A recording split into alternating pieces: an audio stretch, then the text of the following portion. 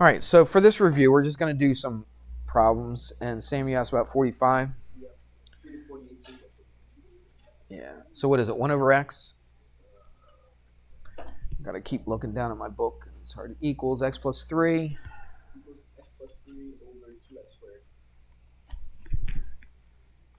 X plus 3 over 2x squared. Okay. All right, and all we're doing is solving for x, correct? All right, well, what don't you like about this stuff? Fractions, okay, so let's get rid of the fractions. How do you do that?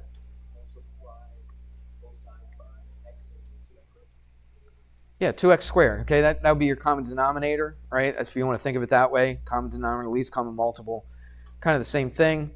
So you want to find what that is, and you want to find a number that x divides into evenly and 2x squared goes into evenly, and that would be 2x squared.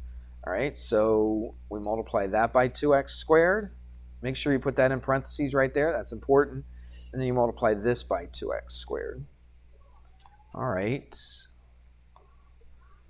What happens here? Well, that x cancels with just one of those x's. 2x times 1 is just 2x.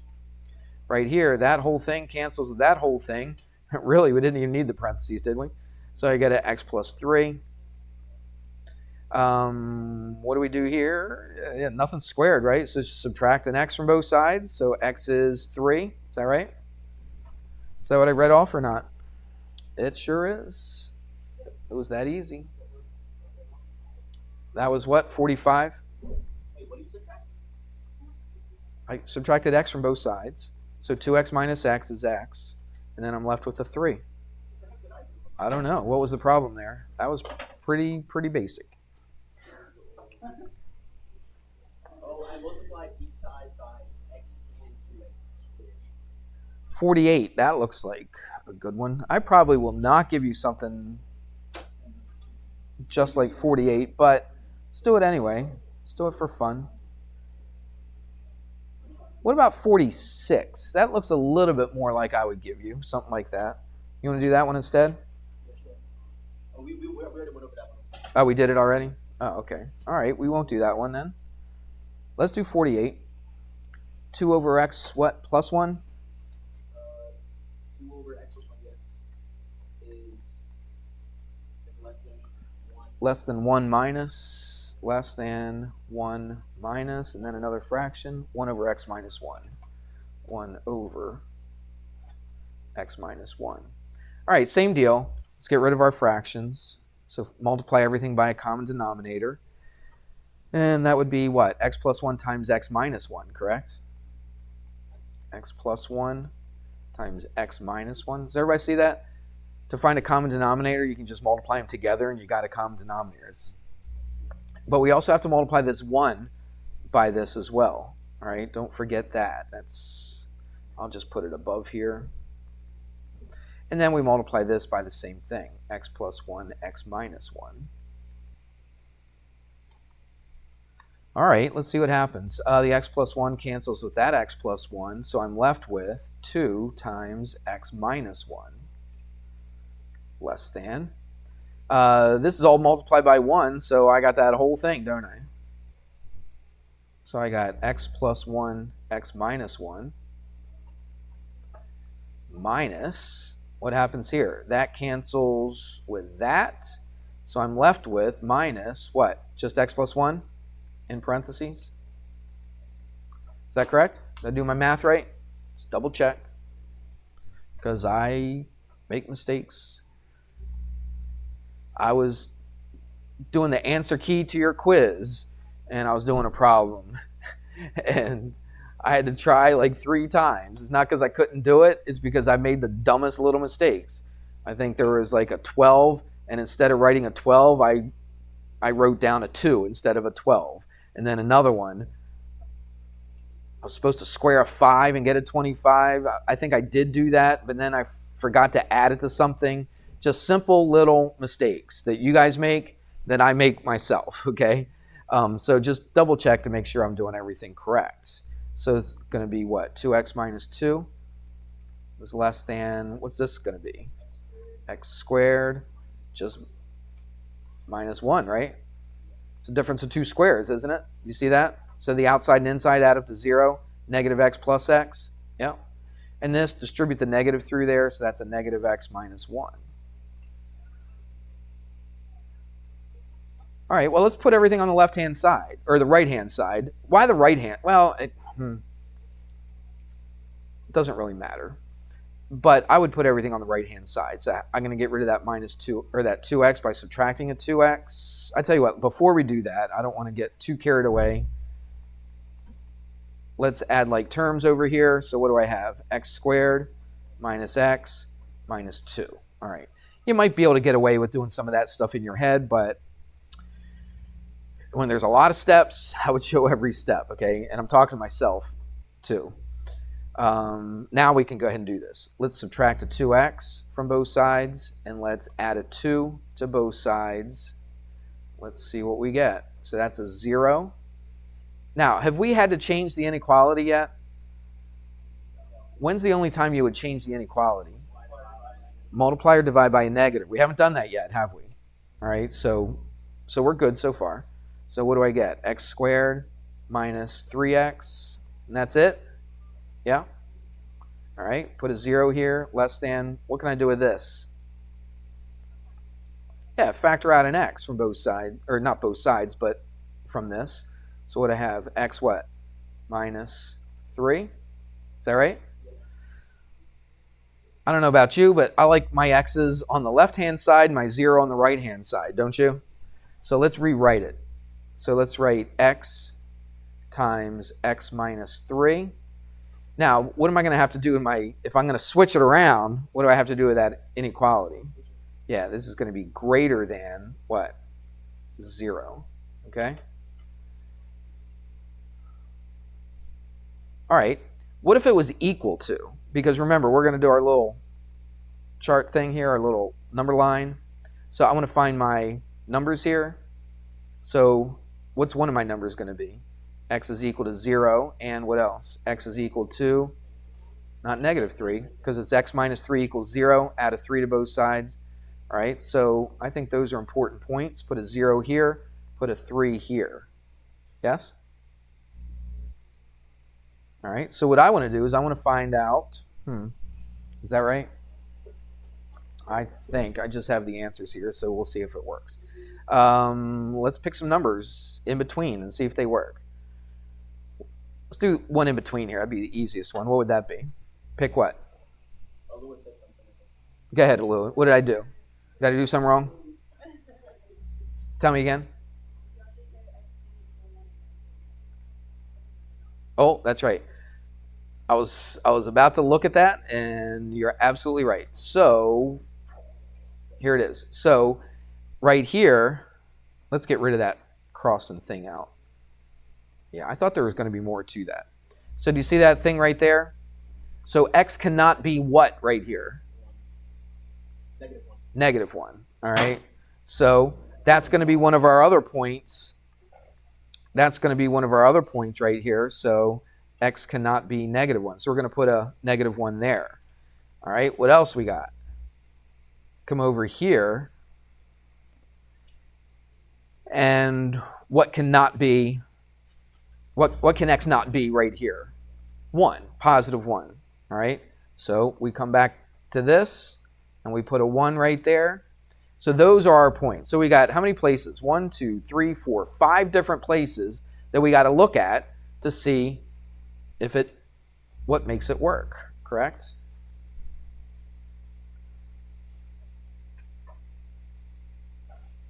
Yeah. So yes. All right, let's just see what they are, and then we'll take a look at it. So let's pick some points. I don't know. Let's go in between 1 and 3 right now. I guess we have to probably put it. I don't know. Can we just put it into this, or do we have to put it into the original? Let's write down the original.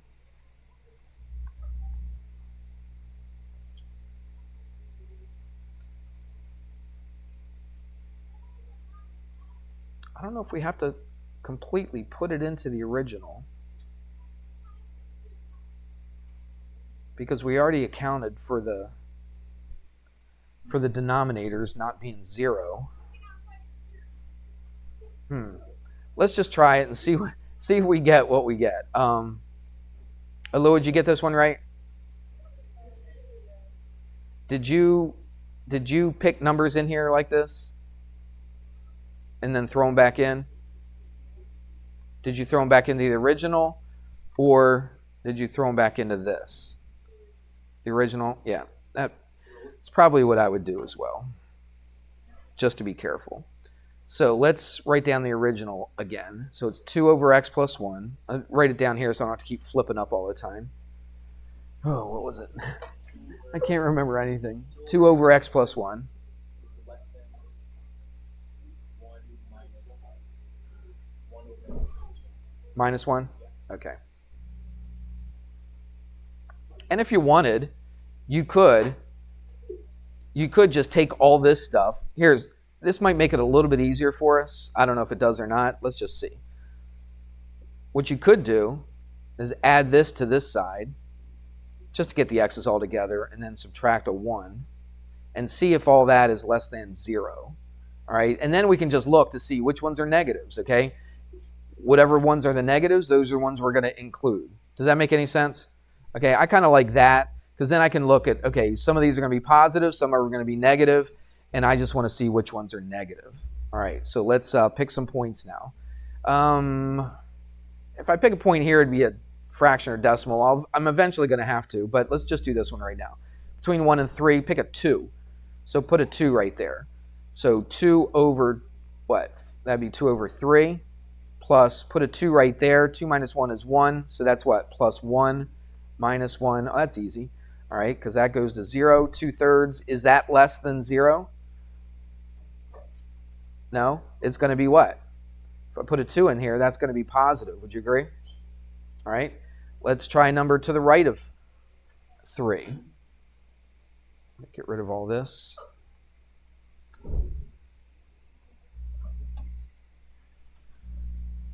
Let's pick a 4. 4 plus 1 is 5. That's 2/5. Plus, put a 4 in there. That's going to be what? 4 minus 1 is, I'm picking 4, right? Yeah. 3, 1/3. Minus 1.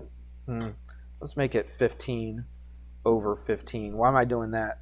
Because I want to make that 15. So that'll be a 5. Make this a 15. That'll make that a 6. You see what I'm doing? Just finding common denominators just to be able to add these up. 6 plus 5 is 11. Minus 15 is negative. I don't even care what the number actually is. Okay, I just know that it's negative. So if I pick a number over here, that's going to be negative. And most likely, it'll alternate. All right, but let's just make sure. So let's pick a number in between here. What's a number in between here you might want to pick? Probably a half. Yeah, between 0 and 1. Let's pick a half. All right, so 2 over, what's 1 1/2? It's 3 over 2, isn't it? We'll do that in a second. Plus 1 over, what's this? 1/2 minus 2 over 2. That would be negative 1 over 2. Did I do that right? 1/2 minus 1 minus 2 is negative 1. Yes, negative 1 over 2. All right. And then we'll write this as a denominator of 2 since these, actually we'll just put a minus 1. Watch. So let's see what this is. So what's 2 divided by 3/2? It's the same as 2 times what? 2/3, right? So that's 4/3 plus, what's this? That's just negative 2 minus 1. That's 4/3. That's 1 1/3, correct? Minus 3. So that's going to give you, again, I don't care what the number is. What's the sign going to be? It's going to be negative. So check it out. Just like we thought, that is negative. Then you could pick a number here in between negative 1 and 0. I'm pretty sure that's going to be positive. You pick a number here, I'm pretty sure that's going to be negative. All right. You can go through the work if you want to. So what's our answer? What are we looking for? We are looking for all the places where it's going to be negative. So we're looking for that, for this, and for this. So what do we got? So x are all the numbers that are less than negative 1. That would be this stuff right here. All the numbers that are between 0 and 1 right there. And all the numbers that are greater than 3. Is that the answer that I gave? That looks familiar. Seems like I read off something like that. Let me just double check it. Yep, that's it. And there you go. That's how you do it. All right. You can go back and look. I'm recording it, so if I went too fast, you can stop it, try to figure out what I did until you move on to the next one. All right, let's do one of those fraction ones. So, Lou, did you find a good one? Negative 4y.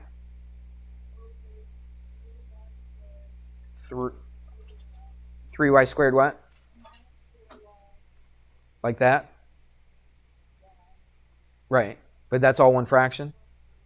Plus what? 1? Okay, sorry. Can't hear very well. Like that? Okay, and you want to take this and then turn it into, what do they call that thing? Something fractions, partial fractions. Right. Okay. So, where do we start? Probably the bottom right there. What would you do with that bottom? Try to factor it, wouldn't you? Does it factor? Probably does. Let's just do some guessing. So that's probably 3y, and that's probably y. That's a 1. Now this is negative, right? So that's probably negative 1 and negative 1. Does that work? Negative 3y minus 1y? Oh, it does work, doesn't it? Lucky guess, right? Yeah, it wasn't that lucky. There wasn't that many choices. Does that work? Yeah, 3y squared, right? And then the outside, inside. What's the outside? Negative 3y. What's the inside? Negative 1y. Negative 3y minus 1y is negative 4y, and this is plus 1. Do you understand why I knew to make these both negative? Because they have to multiply to be a positive, but then the outside and inside have to add up to be a negative. So that's my only choices. I couldn't go positive, positive. There's no way I could get a negative out of that. Okay? And then 3, I only got one choice with, well, I could have gone 3y and y like I did, or I could have gone y here, then 3y. But really, since these are the same numbers, it wouldn't make any difference anyway. So there you go. So those are our factors. I'll put it up here. Okay. All right, and this is negative 4y. So what are we going to do with this? We're going to break these up, aren't we? Plus and plus. And this one's going to be 3y minus 1. And this is going to be y minus 1. And we don't know what's going to be up here, so that's what we're solving for. So the whole idea is to solve for a and b. Everybody with me? I'm going to get rid of this because that's the same thing. If I want to solve for a and b, just like I talked about earlier, what's the best thing to do? Get rid of the what? Get rid of the fractions. So how do I get rid of the fractions? Yeah, multiply them by the common denominator, which would be both of these things. 3y minus 1 times y minus 1. You know that's going to cancel. Do I have to write it over here? Nah, you know that's going to cancel. And look, if I multiply this by 3y minus 1 times y minus 1, you know that's going to cancel. What am I left with? Y minus 1. Then you multiply this by 3y minus 1 times y minus 1. The y minus 1 cancels. What are we left with? The 3y minus 1. That's a little bit more streamlined, isn't it, than writing it all out? If you need to write it out, by all means do. Whatever helps you out. So let's write it nice and neat. So negative 4y equals a times y minus 1 plus b times 3y minus 1. Now we're at that point where we're trying to get a by itself and b by itself. So I like to get rid of the b first, so I'm solving for a. It doesn't make any difference. There's no strategy to this. I just like to find a first, and then we'll find b. That's the only reason. So what we're going to do, we're going to let, if I want to get rid of the b, what am I going to do? I want this to be a 0. What would have to be true for that to be a 0? Well, if that 3y minus 1 was equal to 0, what is that? Add a 1 to both sides, divide both sides by 3. So I'm going to let what? Let, not y, or not x, but let y equal what? 1 over 3. I can get this pen to work. There we go. 1 over 3. You understand why? Because look, 3 times a third is 1. 1 minus 1 is 0. Did we?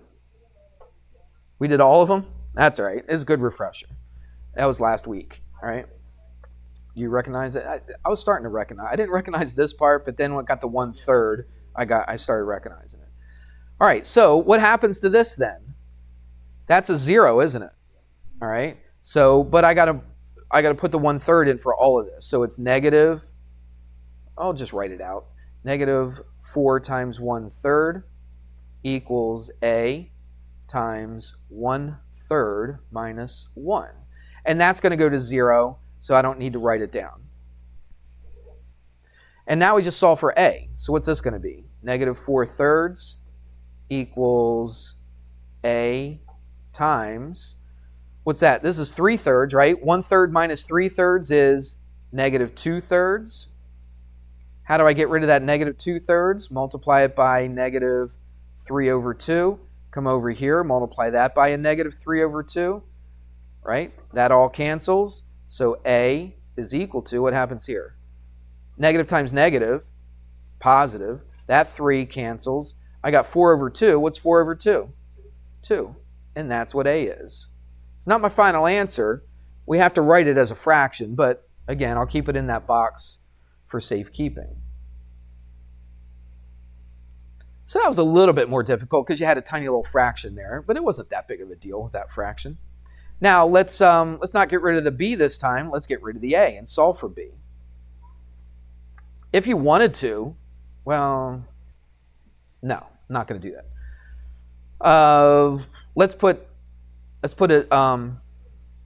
Let's make this a 0 right there. Let's get rid of that a. So what would I let? I would let y equal what? Right here. I want to make that a 0. Right, let y equal 1. All right, so that should be a little bit easier than putting in a third. Wouldn't you agree? But let's write it all out. Negative 4 times 1, just want you to see what we're doing here, equals a, I'm sorry. Yeah, we're going to put it in there. 1 minus 1. I didn't do it over here with the b, but that's okay. I'll do it here. And then plus b times 3 times 1 minus 1. You can definitely do a lot of this stuff in your head. You don't have to write down every one of these little steps here. So this is going to be negative 4. 1 minus 1 is 0. That means that'll go away. And then what's this? 3 minus 1 is 2. 2b. Divide both sides by 2. So that is negative 2. All right. So how do I write my answer? What I want to write it like, I want to write it like this a over this denominator and b over this denominator. So let's put in a different color just to make it pop a little bit. So what was our a?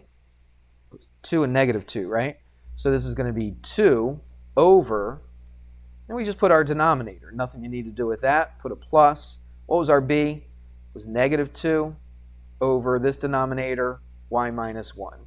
Now, they may have written it a little different since that's a plus, a negative. It'd probably look a little bit nicer and cleaner if you just did what? Just put a minus right there.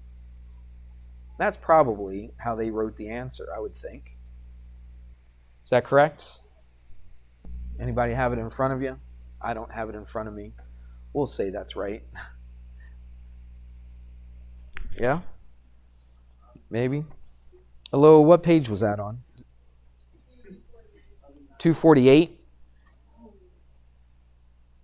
And that was number 25. I just like to make sure that we got it right. 2 over that plus negative. Oh, they actually write plus a negative. All right, that's fine. This is probably a little cleaner, but it's also perfectly fine to do that. That's how they write it in the book. So if you were to look in the book, that's how they would write it. But it's fine the way I wrote it before. All right, that's good. What else? What else haven't we hit? Say what? Well, the A was 2, and the B was negative 2. Like right there.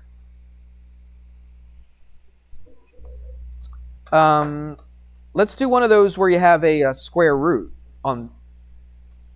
So do you have one of those from that assignment you just had to do? That review, that chapter review thing? Let's find a good one, like number 51. Let's do that one.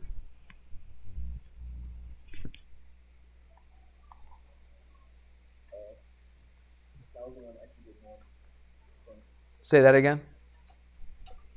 51. Yeah, it came out to 1. Just because it came out to an easy answer doesn't mean it was easy, though, does it? You got it right when you did it yourself? Okay, good. I mean, it's just. Is it basic or not? What you can do is square both sides and then it's just combining like terms and stuff. Yeah, but when you square that one side, though, I don't know. Let's do it. Because I have one on the quiz that looks very similar to this. X plus 8. And then square root of x plus 35.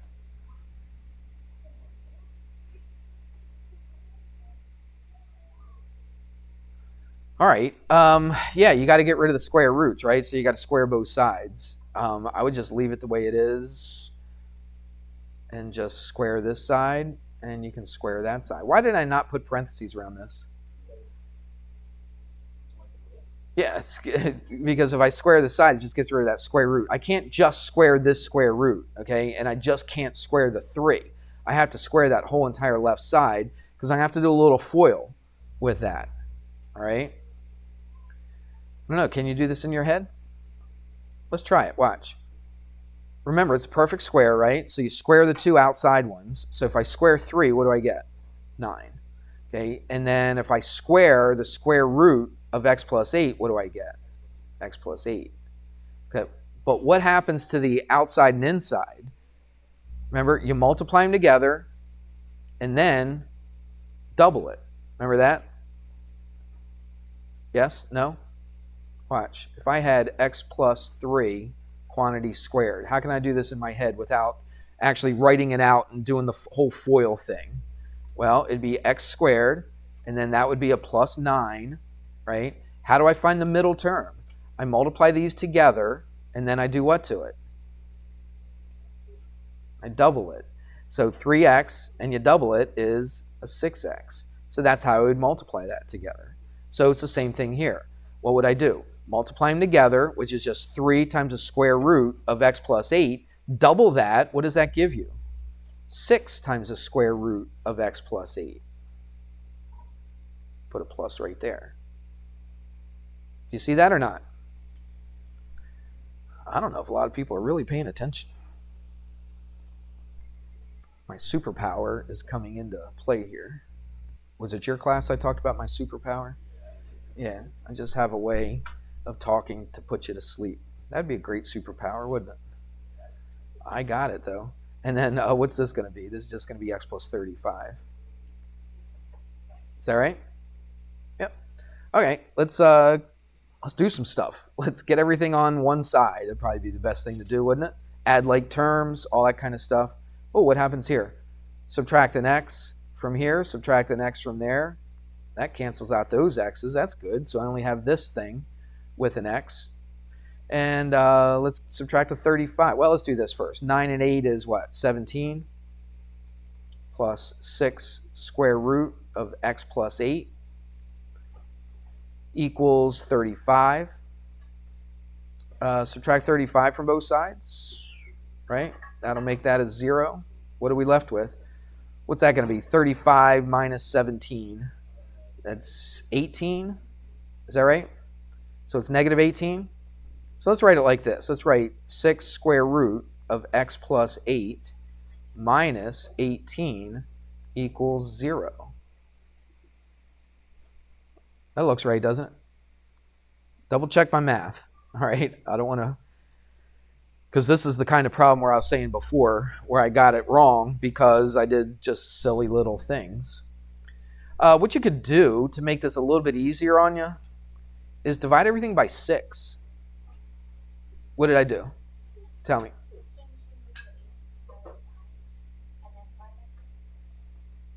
You could. Yeah, you could do that. it wouldn't really matter. I could do it now or I could do it in the next step. It really wouldn't make any difference. So if you want to put it on the other side, let's do that. So it's 6 square root of x plus 8 equals 18. Now we can divide everything by 6, and that's going to give you the square root of x plus 8, and that gives you a 3. Square both sides, x plus 8 equals 9. Subtract an 8. There's your 1 right there.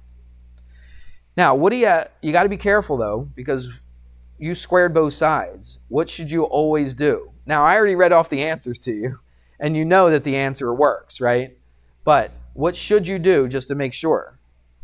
You should check, all right? When you square both sides, you should always check, because sometimes, you might get 1 or 2 answers, right? And sometimes those answers don't work, okay? The one answer might not work, both of them might not work, maybe one does, one doesn't. So you got to check. So that's an easy check since it's 1. Put a 1 in for this. 1 plus 8 is 9. Square root is 3. Put a 1 in for that. That's 36. Square root of 36. And it does work, doesn't it? See, the check was easy. It wasn't that hard. It does work. So now I can be pretty confident that that's my answer. All right? And I can be confident too, because I've already read off the answers and I looked at it and it said X was 1. But you don't have that luxury on a quiz or a test. So make sure that you check.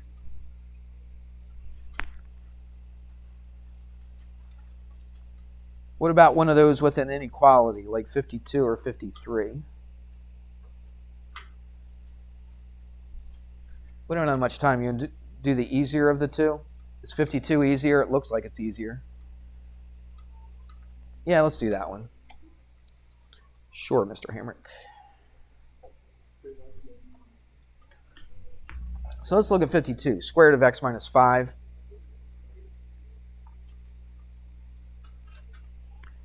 And that's less than 7. All right, so we square both sides. Square both sides, this gives us 49. And what's that, 54?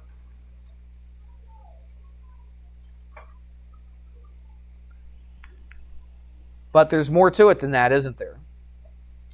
All right, because we need a restriction, don't we? Look, you got a square root. This time it's not a fraction, but it's a square root. What does a square root always have to be if we're not dealing with imaginary numbers, if we're just dealing with real numbers? So that x minus 5 has to be what? It's not plus or minus. Greater than or equal to what? To 0, right? So this is one of the things. We're gonna make our little number line. Okay, we'll put that on our number line. But you got to have another number on there, and this is how you get it. So x must be greater than or equal to 5. Because look, if I put a number that was less than 5, let's say 4. If I put a 4 in for this, 4 minus 5 is negative 1. The square root of negative 1 is not a real number, okay? I'm finding real answers here, not imaginaries. All right, so here we go. Make your little number line. 5 right here. 54 right here. Let's pick some numbers. Again, if you wanted to, you could rewrite this thing. You could keep it like that if you wanted to, but I kind of like this. Let's move that 7 to the other side. So that would be less than what? 0. So really what I'm looking for are all the negatives. Okay, I'm looking for what numbers make this thing less than 0, negative numbers. So let's pick a number between 5 and 54. 6. Try 6. 6 minus 5 is 1. The absolute, or sorry, not absolute value. Square root of 1 is 1. 1 minus 7 is negative, right? So is that less than 0?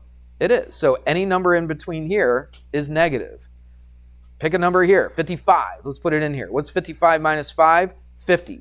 Square root of 50 is like 7 point something, isn't it? Again, I don't have to know exact values for this. Okay, it's going to be square root of 50 is more than the square root of 49, right? Which means it's more than 7, right? Would you agree? Square root of 50 is more than 7. So a number bigger than 7 minus 7 is always going to give you what? Positive. Put in a number that's smaller than 5. Put in a 4. Well, 4 minus 5, it won't work anyway, so I can't use any of those. So what am I looking for? I'm looking for all the negatives. How do I know I'm looking for all the negatives? because of that thing right there. And so your answer is between 5 and 54. All right? And that's how you would write it. How do you write it? You write x less than 554. Ugh, this pen's killing me today. Every day it's killing me. All right, there you go. So that is how you do that. So we pretty much covered everything that's going to be on the quiz. Yeah, that's it. I don't think we left anything out. I think we hit one of each. There's only going to be 5 questions on the quiz. So be able to do each one of them, because you miss one, and that's more points off than it would normally be if we had 10 questions. Okay?